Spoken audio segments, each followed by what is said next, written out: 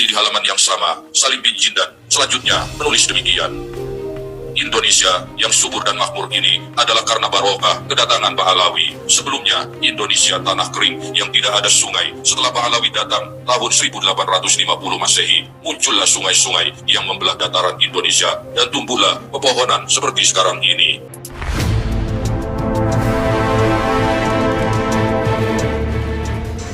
Dikutip dari kitab Raudatul Wildan fi Sabat Ibni Jindan karya Syekh Salim bin Jindan, seorang Pahlawi kelahiran Surabaya tahun 1906 dan wafat pada tahun 1969, dimakamkan di Condet, Jakarta.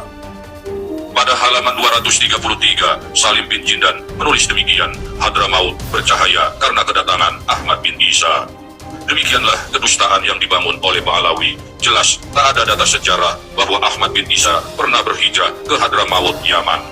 Salim bin Jindan menulis kalimat sedemikian itu dalam kitabnya semata-mata hanya ingin menyamakan Hadramaut bercahaya karena kedatangan Ahmad bin Isa dengan kota suci Madinah Al-Munawwaroh yang kedatangan Nabi Muhammad Sallallahu Alaihi Wasallam.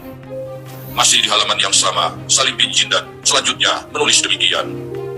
Indonesia yang subur dan makmur ini adalah karena barokah kedatangan Pahlawi. Sebelumnya, Indonesia tanah kering yang tidak ada sungai. Setelah Pahlawi datang, tahun 1850 Masehi, muncullah sungai-sungai yang membelah dataran Indonesia dan tumbuhlah pepohonan seperti sekarang ini. Indonesia dulunya dijajah ratusan tahun, tetapi setelah datangnya Pahlawi, Indonesia baru bisa merdeka. Narasi gulu atau berlebih-lebihan yang ditutup. Sudahlah ya. Hanya bangsa Yahudi, kaum Yahudi yang suka mengacak-acak sejarah bangsa lain. Dengan harapan agar bangsa yang diacak-acak sejarahnya ini percaya, dibodohi, tunduk, pada akhirnya agar mereka mau menghormati, mau mengakui eksistensi orang-orang Yahudi itu. Di Israel, sejarah Israel diacak-acak. Akhirnya mengklaim tanah Palestina adalah miliknya. Bangsa Yahudi. Loh,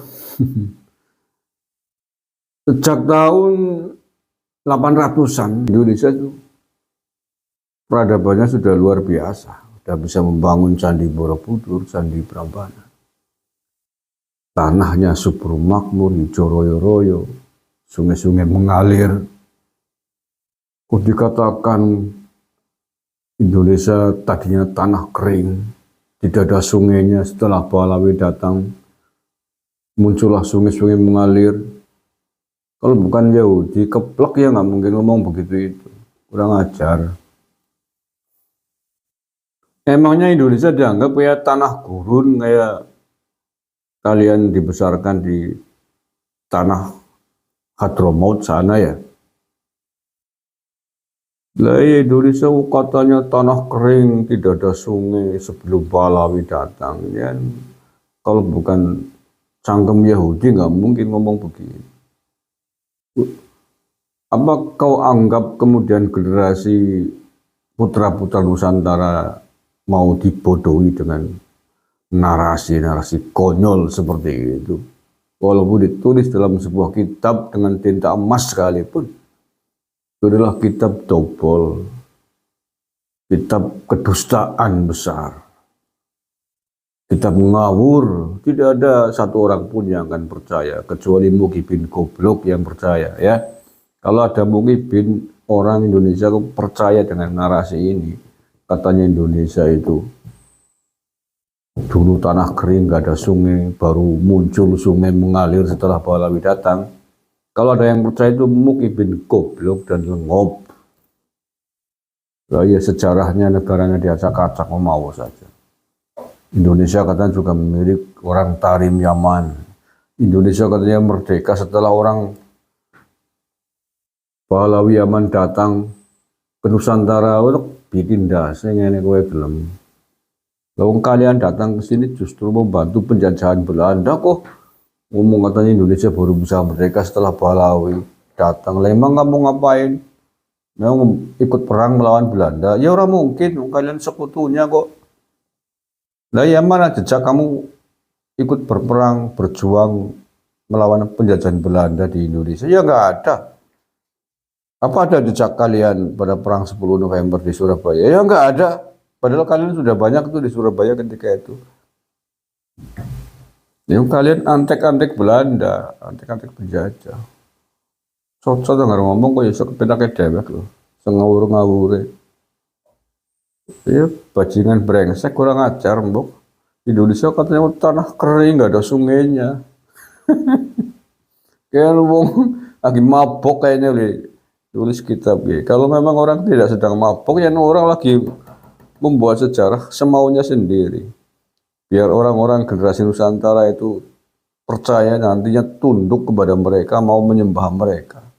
Nanti negaranya biar dikuasai oleh mereka, diatur oleh mereka. Ini sama saja dengan mengatakan Indonesia milik Tarik, Jawa milik Yaman. Oh, tak gitu sih lah bener. Jangan begitu bro. Ya para mukibin yang masih nyembah-nyembah dalam tanda petik, yang masih menciumi tangan dan kakinya orang-orang keturunan Yaman ini. Sadar kalian ya, sudah banyak bukti, sudah banyak fakta yang luar biasa kedustaan besarnya. Dan ini adalah kebiasaan mereka. Dari sejarah silsilahnya saja sudah penuh dengan kebohongan. Kalau Nabi saja silsilahnya buat main-main, sanggup membohongi, merampas silsilah kesucian keluarga besar Nabi Muhammad SAW. Ya apalagi untuk membohongi hal-hal yang lain termasuk sejarah di Nusantara. Ya sangat enteng mereka merasa nggak berdosa. Biar percaya kemudian disusun dalam sebuah kitab dengan nama yang luar biasa. Lah ya, kedustaan-kedustaan cerita-cerita bohong itu udah bertaburan banyak sekali dari sejak mereka di Yaman. Dari keberadaan makomnya Imam Ahmad bin Isa di Yaman, padahal tidak ada sejarahnya, tidak catatannya. Ahmad bin Isa itu hijrah ke Yaman, kemudian sampai membuat jejak-jejak sejarah di Yaman yang ternyata juga palsu, dibawa oleh keturunannya ke Indonesia dengan cerita-cerita kepalsuan. Karena tokoh suci, ulama besar, mujtahid, ya faktanya nggak ada catatannya dalam sejarah. Leluhur mereka tidak tercatat selama berabad-abad.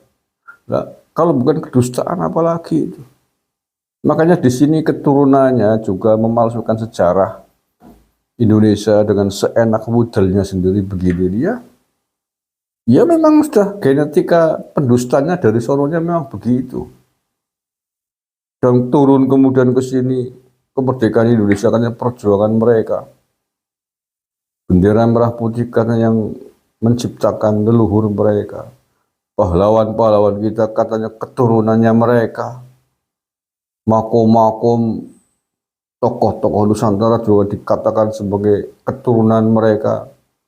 Dikatakan sebagai makom keturunan Yaman. Pangeran Diponegoro katanya juga orang keturunan Yaman. Imam Bonjol katanya juga orang Yaman. Dan seterusnya. Padahal itu sejarah belum lama ya, sangat mudah dideteksi, sangat mudah diusut lah ya. Alhamdulillah Tuhan telah membukakan tabir ini semua kepada bangsa Indonesia. Untungnya, alhamdulillah, berawal dari penelitian kitab nasab oleh Kiai Maduddin Banten. Kita harus berterima kasih terhadap beliau karena dengan penelitiannya tersebut kemudian terbongkarlah borok-borok kedustaan, kepalsuan yang lain yang dilakukan oleh klan Pahlawi Yaman ini.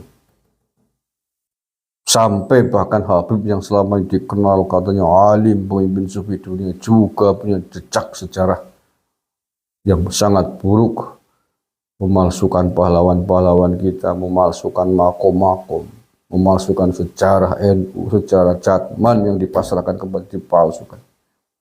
Yes, ini memang dari sononya ini genetika pendusta terkait sejarah sebuah bangsa. Tidak bisa kita biarkan, harus kita hadapi. Dan negara harus menghukum mereka semuanya. Terima kasih. Assalamualaikum warahmatullahi wabarakatuh.